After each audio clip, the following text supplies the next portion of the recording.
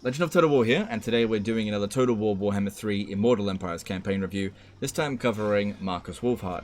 So Markus starts his campaign in northern Lustria at the Temple of Kara, which is the same location he had in Warhammer 2, except that instead of going up against the Tlaxlan Lizardmen to begin with, he's now going up against the Clanmange Skaven, who are significantly easier to get rid of to begin with. For one thing, this province here is a lot easier to navigate than it used to be, because previously you had to cut through the jungle in order to get to these settlements. By the time you get there, there was usually a full stack sitting there, whereas this time here, you're taking these guys out before they even get a chance to recruit, so it's super easy. Now, as for these guys here, you don't even need to worry about them anymore, because Alberic de Bordelot has arrived, and he's basically going to sort it out for you. Now, he acts as a very reliable buddy in the area, because it's very easy to get extra relations with him through the tech tree, as long as you got the money for it, which isn't that difficult to get. And he can act as a buffer to these southern areas here, so getting a defensive alliance at the bare minimum with Alberic is highly advisable. Now, taking out these Skaven here, very easy and very rewarding. Gemstones, very useful. This isn't one of those campaigns that has a trick start, so just go through with the straightforward way of just capturing these provinces.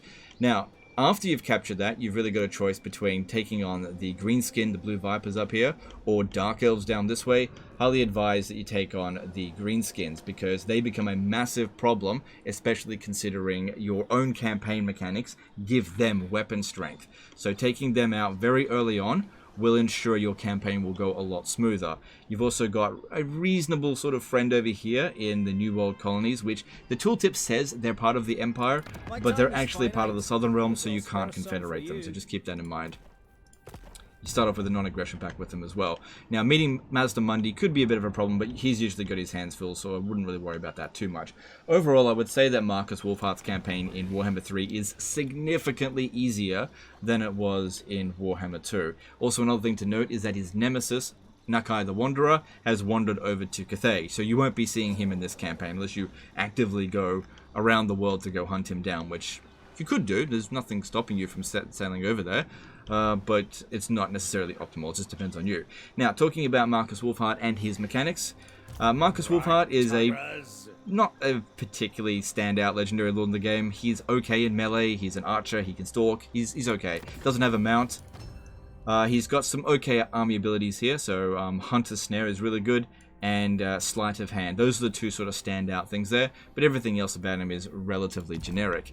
He's also got access to Wulfhart's Hunters. These are good mechanic. I guess getting these 4 unique legendary heroes, most of them don't even supposed to belong to your race. So you got a dwarf, wood elf, and a Bretonnian here, are good additions to your army, or just act as agents, especially considering that they're completely free of upkeep, and they get stronger as you complete their personal objectives. Then you've got this acclaim mechanic here, which is good. It's pretty simple. You don't really even need to pay attention to it, but as it fills up, you get various units unlocked, because Markus Wulfhart is one of the few factions in the game that actually starts with most of your roster locked behind this particular mechanic.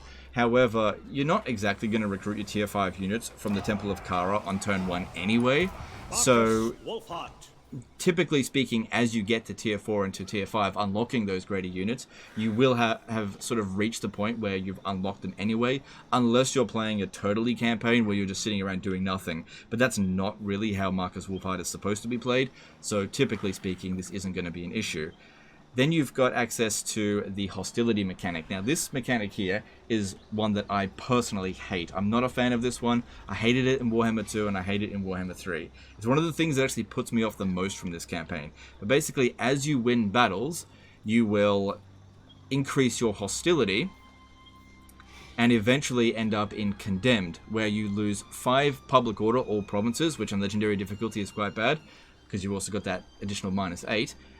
Enemy weapon strength plus 25%. That's all enemies that you encounter will have 25% more melee damage, and they will all have extra 10 leadership, making them unbreakable. So if you're playing a campaign where you are used to sort of normal battle difficulty and you're used to the AI not having cheats, this probably isn't a campaign for you, because those cheats there essentially put a normal battle difficulty campaign up to very hard battle difficulty campaign. And if you're playing on very hard battle difficulty campaign, then you're playing on very, very, very hard battle difficulty. So just keep that in mind there. That's going to make battles with melee focused factions such as greenskins extremely painful. And this is a mechanic that you absolutely cannot avoid. And to add insult to injury, once you've reached level 5 Condemned, a lizardman army will spawn somewhere in your territory. You're not going to be given any warning. So if your armies just aren't in the area where they spawn, too bad. This army will come and just wreck house for a little while. But luckily, in Warhammer 3, you can actually turn off this mechanic. As you approach your campaign objectives, once you reach here, those armies should stop spawning. So that's good that you don't have to worry about them into late campaign. Because previously, Markus Wulfhart was one of those campaigns where you just complete the objectives and then just turn off the campaign. Because those armies spawning, as your empire got bigger and having no ability to predict where they are, is extremely frustrating. Especially when you're like expanding into the empire, then all of a sudden this lizardman army just pops up there. It just didn't really make much sense, but at least now it doesn't happen anymore. You still have to deal with the hostility mechanic, but at least the worst part of it is gone. And then you've also got the imperial supplies. So this is a mechanic where basically you don't need to really recruit as Markus Wulfhart. You just keep getting more imperial supplies. This gives you an incentive to use the vast majority of your roster. It's a good mechanic, and you can get a whole lot of troops from it. They act really well as emergencies because they're instantly recruited. And you've got a lot of bonuses here that can give them quite a few extra recruit ranks. So it's a good mechanic there. Now, overall, I'd say that Markus Wulfhart's campaign is sort of medium sort of challenge, but it's not really a campaign that I would say is a lot of fun. It's going to be hit and miss. Some people are going to love it, some people aren't. So I can't really fully recommend it to everyone. And in terms of the sweet spot for difficulty, I'd probably say hard or even normal difficulty is the right way to go. And same thing with like the battle difficulty, probably normal battle difficulty. If you're looking for a challenge, there's definitely more challenging campaigns, but you can certainly have a challenge in this campaign if you want to like do it. This is a total war campaign, or set up an early endgame crisis and have the Skaven run over everything. It's entirely up to you. But overall, this is a campaign that I like semi-half-heartedly kind of recommend, but it's just not one of my favorites. Anyway, that's the end of this one here, guys. Let me know in the comments below what you think of Markus Wulfhart's campaign, whether you agree with my assessment or not, and let me know which legendary lord you'd like me to cover next. Appreciate you guys. Don't forget to subscribe, and we'll see you next time. Later.